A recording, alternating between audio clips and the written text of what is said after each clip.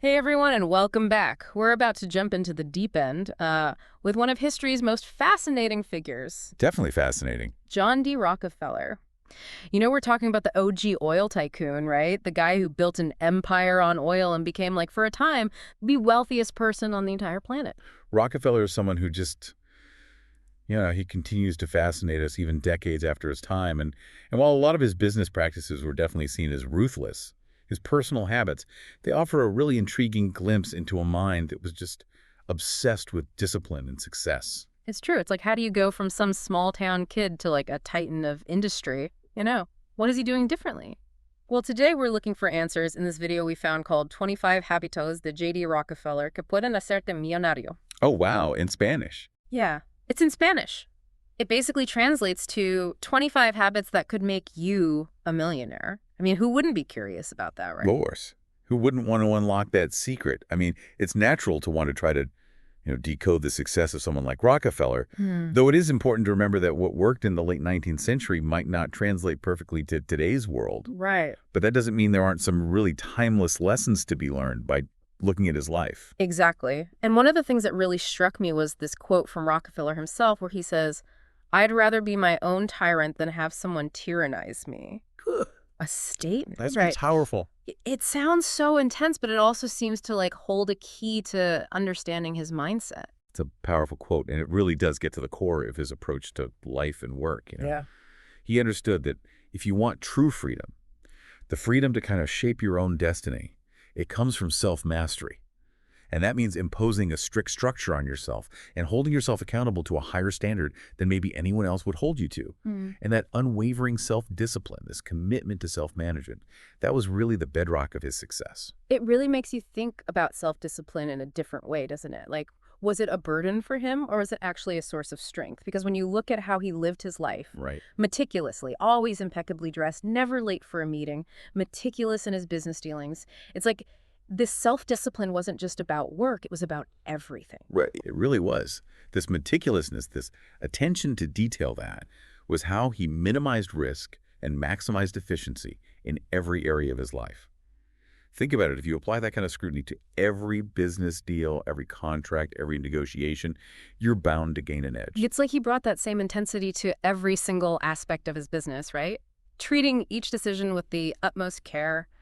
And it makes you wonder how much of success is really about managing yourself, managing your time, your focus, your impulses, as opposed to just trying to control external factors. That's a question for all of us, isn't it? I mean, we can't control the stock market. We can't predict every twist and turn in our industries. But what we can control is how we respond to those challenges, Yeah. right? How we manage our own energy and attention. It's a timeless principle. We see it again and again in the stories of successful people, from Rockefeller all the way to today. Right. It's about cultivating that inner strength, that resilience to weather the storms and stay the course. And, for someone so outwardly disciplined, the video also highlights some of Rockefeller's habits that seem completely at odds with this image of the ruthless, machine-like tycoon. For example, did you know that he never missed his Sunday church services? Really? Yeah. I didn't realize that. Yeah. He was apparently very devout. It's true. He was a deeply religious man, and his faith was a cornerstone of his life. And he wasn't just going through the motions. Apparently, he took his faith very seriously. It does make you think about the side of him that we don't often get to see, right? This need for grounding and connection beyond just this cutthroat world of business. Yeah. It's fascinating.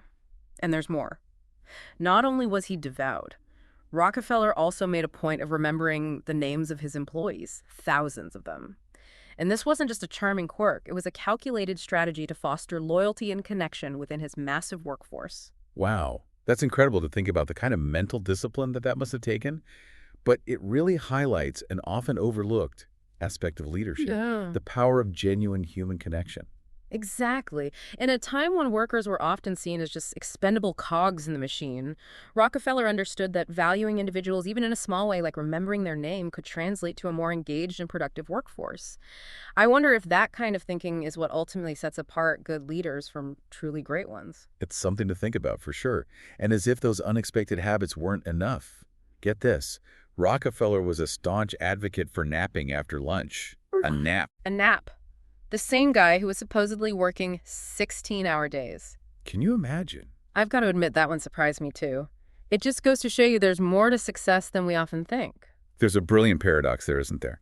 On the one hand, you have this relentless drive, this almost superhuman work ethic, and on the other, you have a deep understanding of the importance of rest and rejuvenation. It's like he knew that to keep up that intensity, you need to build in time to recover, you know? Maybe that's something we've kind of lost sight of in our always-on hustle culture world. It's an interesting thought, isn't it? That sometimes the key to achieving more is to actually slow down, to give ourselves permission to rest and recharge. And speaking of intriguing contradictions, the video also mentions this small red notebook that Rockefeller called Ledger A. It was basically his secret weapon, and he treated it like it held the keys to the universe. Right. Ledger A. This little book was legendary. It was where he meticulously tracked every penny he earned and spent from the time he was a young boy. Imagine that kind of financial awareness, right? That detailed a record of your income and expenses going all the way back to your childhood. It makes you think about the relationship we have with money today and how different it might have been back then. It's true. Ledger A wasn't just about accounting. It was about cultivating this deep understanding of his own finances, this respect for the value of every dollar. It was a tangible representation of his commitment to financial discipline. It really was. It makes you wonder, what would a modern day Ledger A look like? What are the things we should be tracking and measuring in our lives beyond just dollars and cents? Maybe it's our time, maybe it's our energy, maybe it's even our impact on the world around us. It's kind of a cool thought experiment, right? Totally. What gets measured gets managed right. And choosing what to measure, what to pay attention to, that's a powerful act in itself. But let's get back to those habits. One that really resonated with me was Rockefeller's sheer persistence.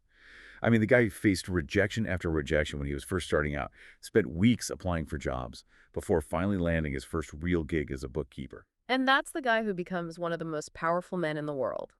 There's something really inspiring about that. It reminds you that success rarely comes easy. Even the most extraordinary journeys often begin with setbacks and disappointments. Sure. It's about embracing those challenges, learning from them, and using them as fuel to propel yourself forward. And it wasn't just persistence. Rockefeller was also a lifelong learner, always reading, studying, trying to deepen his understanding of his industry and the world around him. It's like he never wanted to stop growing, never wanted to become complacent. And that hunger for knowledge, that commitment to continuous improvement that just seems more relevant than ever today. But of course, not all of Rockefeller's habits have aged quite as gracefully.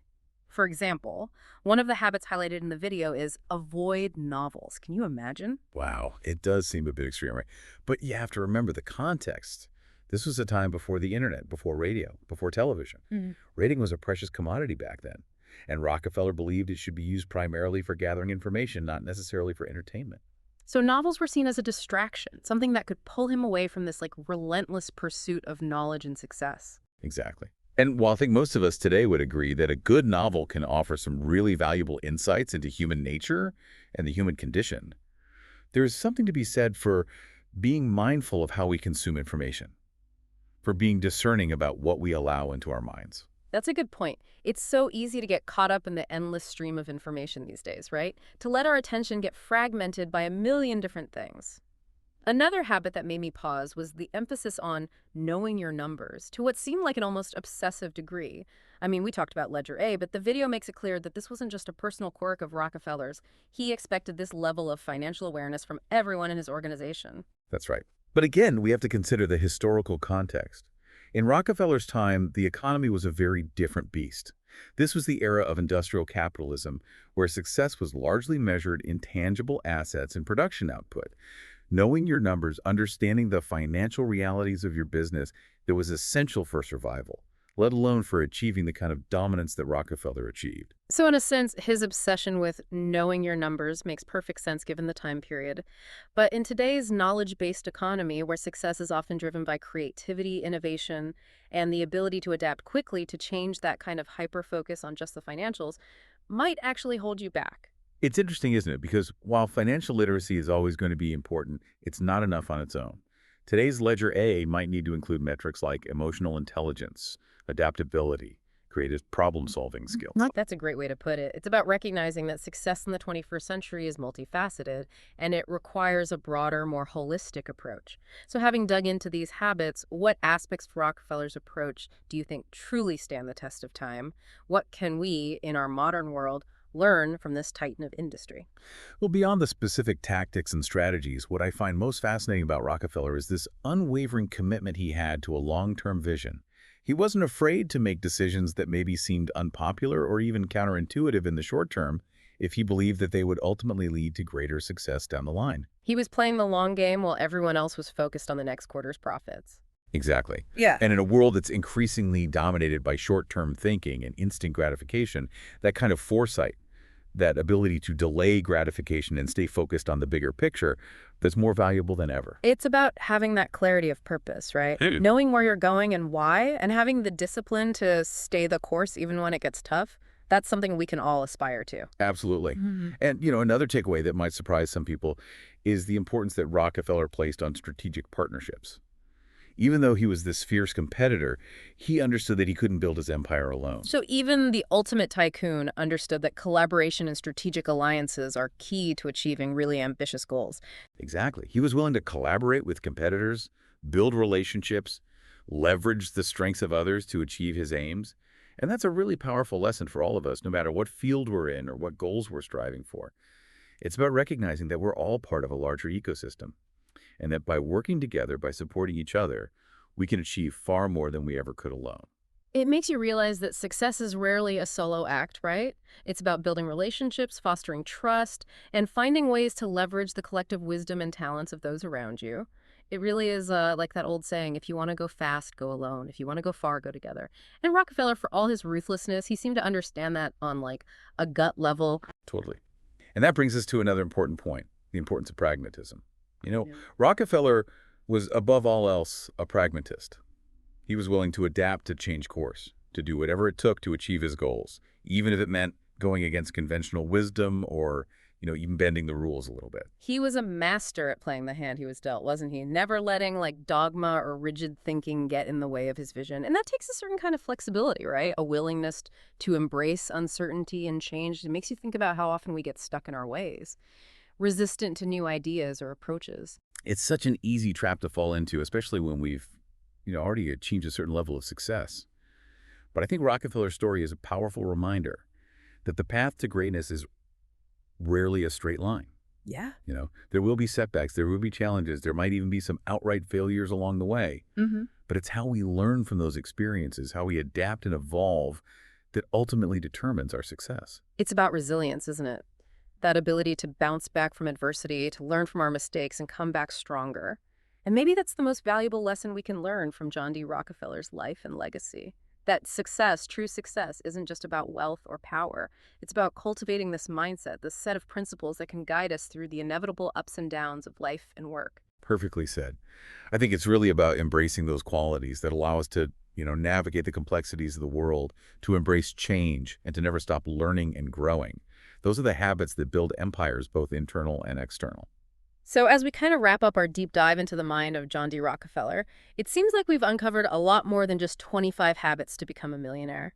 We've explored the power of self-mastery, the importance of long-term vision, and even the surprising benefits of rest and strategic collaboration. And maybe most importantly, we're reminded that success isn't about reaching a destination, it's about the journey.